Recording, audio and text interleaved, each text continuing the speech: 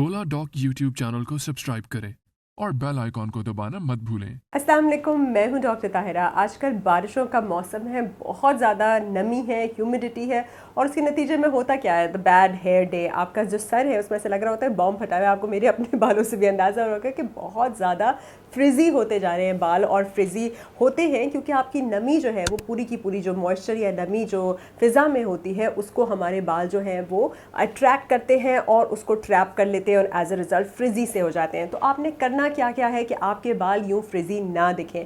सबसे पहले तो जाइए एक अच्छा सा ना ट्रिम या हेयर कट करा लीजिए। जितने भी आपके स्प्लिट एंड्स वगैरह हैं उनको आपने अच्छी तरह से कटवा लेना है। It's a good time to go for a fresh new haircut. और साथ साथ हेयर कट के साथ आप एक और चीज़ भी कर सकते हैं कि इन दिनों में आप अपने बाल बांध के रखिए। अच्छा सा जूड़ा बना लीजिए, कोई अच्छी सी चुटिया वाले स्टाइल्स कर लीजिए। एक तो आपके बालों की स्ट्रेंथ भी अच्छी होगी, आप ऑयल करके उनको बन वगैरह बना सकते हैं, और दूसरा वो फ्रिजी नहीं लगेंगे। ये तो स्टाइलिंग पे आ गया, लेकिन इसकी केयर के अंदर क्या शामिल है?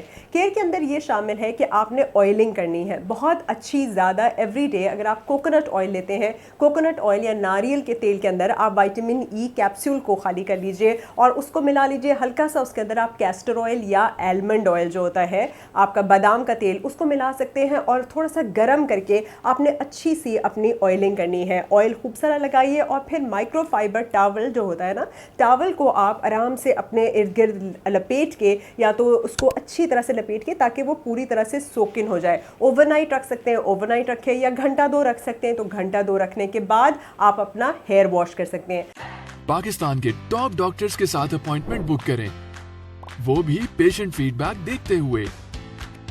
लाखों लोगों की तरह पाकिस्तान के सबसे बड़े डॉक्टर नेटवर्क का फायदा उठाएं और आज ही ओला डॉक ऐप डाउनलोड करें। ओला डॉक, डॉक्टर का अपॉइंटमेंट आसानी से। जब आप हेयर वॉश करें तो हमेशा ऐसा शैम्पू इस्तेमाल करें जिसका पीएच कम हो। पीएच कम का मतलब होता है थोड़ा सा एसिडिक एंड हो, और पीएच कम वाले शैम्पू आप इस्तेमाल करें जो कि अच्छी तरह से कंडीशनिंग शैम्पू हो, या जिसके ऊपर लिखा हो मॉइस्चराइजिंग शैम्पू। आपने अच्छी तरह से अपना शैम्पू किया और कंडीशन किया। एक अच्छा जो आपका मॉइस्चराइजिंग कंडीशनर होता है जिसके अंदर शिया बटर वगैरह भी मौजूद होता है, आपने अक्सर देखा होगा, तो आप वो वाला हैवी कंडीशनर जो है वो इस्तेमाल कर सकते हैं। आप अपने जो जितना आपने वाटर यूज़ किया है पानी, उस लास्ट बकेट के अंदर हल्का सा एप्पल साइडर विनेगर या सिरका विनेगर, एप्पल साइडर विनेगर जो है वो डाल ले। उससे शाइन भी आ जाती है और आपकी बॉडी, आपके हेयर की जो बॉडी है उसका पीएच भी थोड़ा सा गिर जाता है, तो फ्रिज को कंट्रोल करने में काफ़ी हद तक उसका फ़ायदा होता है। आपने कंडीशनर कर लिया, आपने ऑयलिंग कर ली, फिर आप मास्क यूज़ करें। वक्तन फ़वक्तन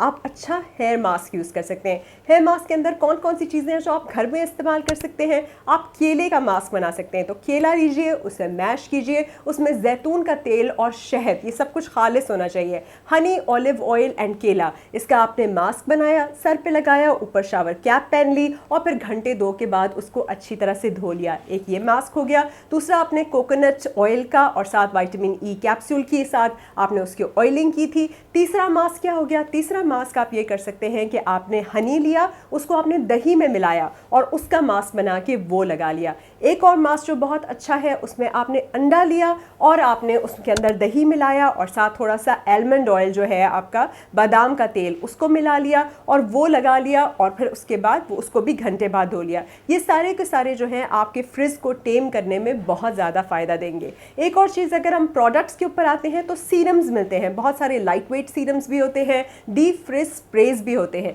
जैसे ही आपने शावर लिया, डैम्प हेयर के ऊपर आप थोड़ा सा तेल ले सकते हैं, आर्गन ऑयल है, मैकेडेमिया ऑयल है, या फिर कोई अच्छा सीरम ले सकते हैं और डैम्प हेयर पे आप उसको ऊपर से नीचे तक जो है वो मल सकते हैं और फिर उसको एक क्रंची सी बना के, या तो एक बन भी बना सकते हैं, उससे भी वो थोड़े से वो हो जाएंगे, या फिर फ़ौरन आप उसको अच्छी तरह से ब्रश कर लीजिए। जब आप स्टाइलिंग पे आते हैं ना तो हमेशा हीट रेजिस्टेंट स्प्रे रखिए और बहुत ज़्यादा अपने हेयर को जो है आपने ड्रायर्स और स्ट्रेटनर्स और कर्लर्स वगैरह इस मौसम में नहीं लगाने। बेहतर यह है कि इस मौसम से पहले ही इंसान अगर कोई इवेंट वगैरह आ रहा हो तो या तो केराटिन ट्रीटमेंट करा ले, या फिर आपका जो ब्राज़ीलियन ब्लो आउट सैलून्स में ट्रीटमेंट होते हैं वो ट्रीटमेंट आप करा सकते हैं। उसमें आपके बाल जो है ऑलमोस्ट एक कोटिंग होती है उनके ऊपर, and as a result frizz जो है वो नहीं होती। But the best way right now is a lot of oiling, बहुत सारा तेल लगाना, बहुत सारे अच्छे मॉइस्चराइजिंग मास्क लगाना, राइट शैम्पू और कंडीशनर, मॉइस्चराइजिंग कंडीशनर का इस्तेमाल करना, फिर जो मास्क हैं, हेयर मास्क मैंने आपको बताया, वो इस्तेमाल करना, और अपनी डाइट के अंदर